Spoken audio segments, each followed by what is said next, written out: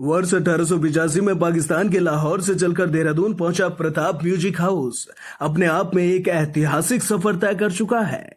देहरादून के राजपुर रोड पर स्थित यह म्यूजिकल हाउस संगीत प्रेमियों के लिए वन स्टॉप डेस्टिनेशन है।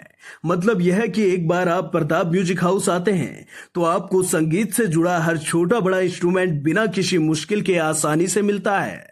यहाँ पर guitar, harmonium, amplifier, tabla, guitar string व और भी कई प्रकार के इंस्ट्रूमेंट मिलते हैं। इसी के साथ यहाँ पर संगीत वाद्य यंत्रों की रिपेयरिंग का कार्य भी किया जाता है।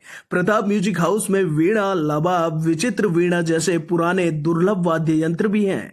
वहीं लोकल 18 से बातचीत करते हुए प्रताप म्यूजिक हाउस के मालिक अमरीक बताते हैं, उनके दादाजी ने लाहौर में 1885 में प्रताप म्यूजिक हाउस की स्थापना की थी। उसके बाद मसूरी में 1944 में अंग्रेजों की बंद हुई कंपनी को उन्होंने खरीदा और मसूरी में 1944 में प्रताप म्यूजिक हाउस को स्थापित किया।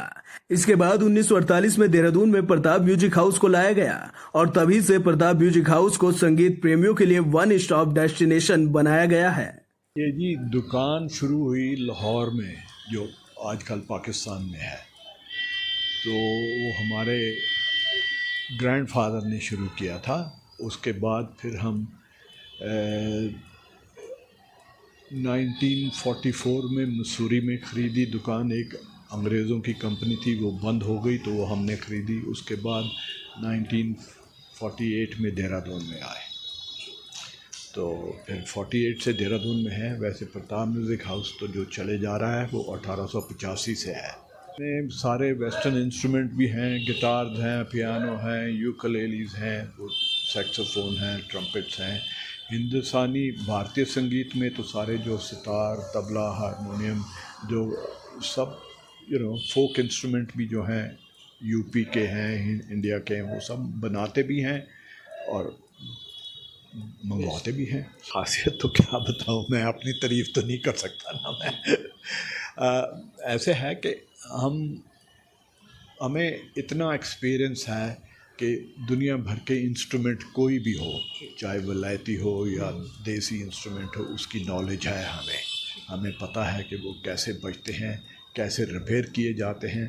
तो हर किस्म के इंस्ट्रूमेंट आते हैं हमारे पास मरम्मत के लिए, हमें मालूम है उनको कैसे ठीक करना है।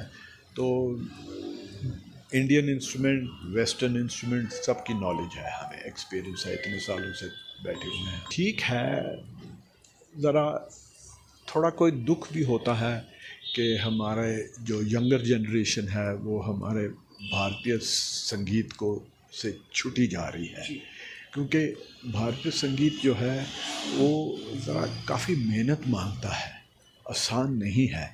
और आजकल गाने वाने में गिटार तो आधे घंटे में मैं किसी को सिखा सकता हूँ, किसी गाने के साथ वो बजा सकते हैं, फिर कोई फ़र्क नहीं है उन्हें, आसान है तो बज जाता है। इसलिए वो छड़े जा रहे हैं अब, क्योंकि मेहनत नहीं करना चाहते।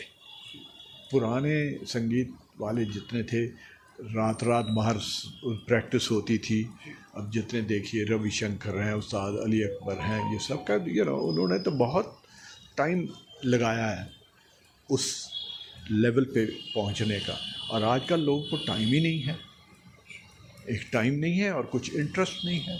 इंटरेस्ट भी तो जो था आजकल तो इंस्टेंट है, हर चीज़ बस फटाफट हो जाए, तो संगीत फटाफट तो आता नहीं है ना। और ख़ासकर हमारा संगीत तो बड़ी कॉम्प्लिकेटेड चीज़ है, वो फटाफट नहीं आ सकता कभी।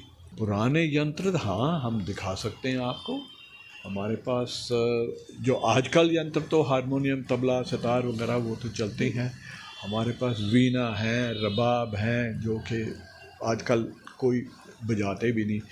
विचित्र वीणा है, उसके बजाने वाले पहले हमारे भाई साहब होते थे, 3-4 थे, अब शायद एक ही कोई रह गया हो जो बजाने वाला है, क्योंकि वो मुश्किल इंस्ट्रूमेंट है बजना। उसके बड़ी प्रैक्टिस चाहिए और डेडिकेशन चाहिए उस चीज़ की। तो आजकल लोगों के पास टाइम ही नहीं है उन्हें तो आजकल तो इंस्टेंट है कि मैं आज पकड़ूं। और मैं गिटार किसी को आधे घंटे में सिखा सकता हूं और जो भी गाना बजाए उसके साथ बजा देगा। लेकिन इसका ये मतलब नहीं कि वो गिटार बजाना जानता है, उसे तो कोई लेवल नहीं है। तो आजकल इसी बात का चक्कर चले जा रहा है।